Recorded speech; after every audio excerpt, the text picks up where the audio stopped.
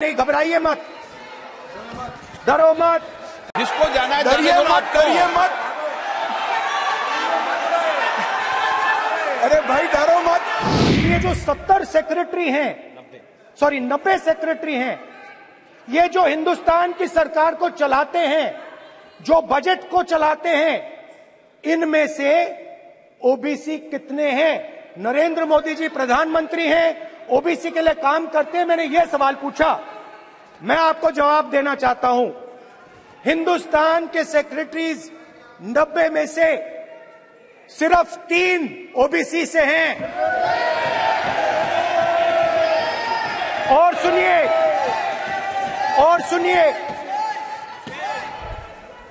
सुनिए, नहीं, घबराइए मत, डरो मत। और सुनिए, ये जो सेक्रेटरीज हैं जो ओबीसी कम्युनिटी से हैं, ये हिंदुस्तान के सिर्फ 5% बजट को कंट्रोल करते हैं। मतलब अगर हिंदुस्तान का बजट 44 लाख करोड़ का है, तो ये 2.47 लाख करोड़ मतलब 5% कंट्रोल करते हैं। और सुनिए, मैं कर रहा हूं, मैं वहीं आ रहा हूं।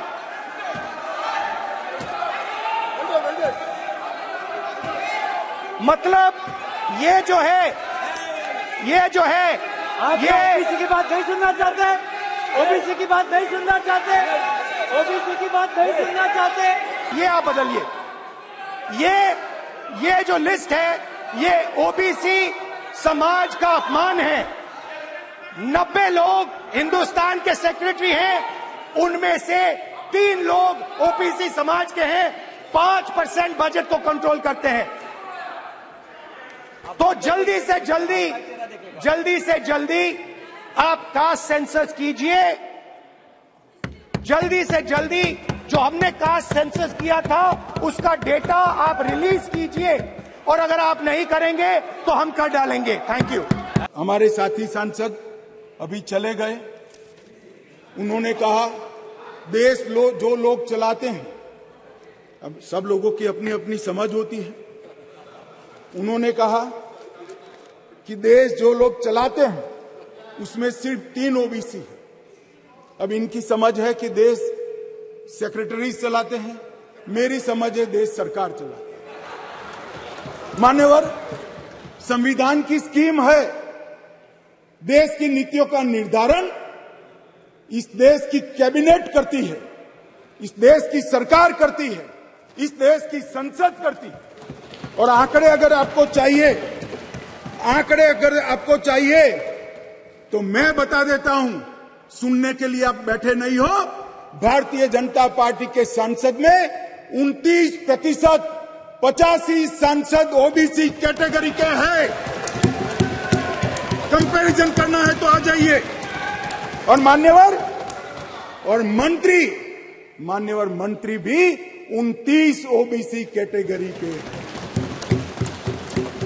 मान्यवर, सस्ते चुनावी वादे करना और पॉलिटिकल भाषण करना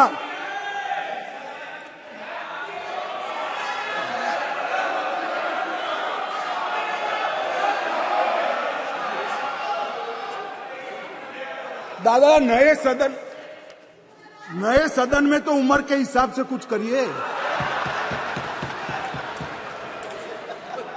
मान्यवर, बीजेपी के ओबीसी एमएलए 1358 में से 365 है, 27% है। ये सभी ओबीसी का राग आलापने वालों से ज्यादा है। मान्यवर, बीजेपी के ओबीसी एमएलसी 163 में से 65 है, 65 है, 40% है।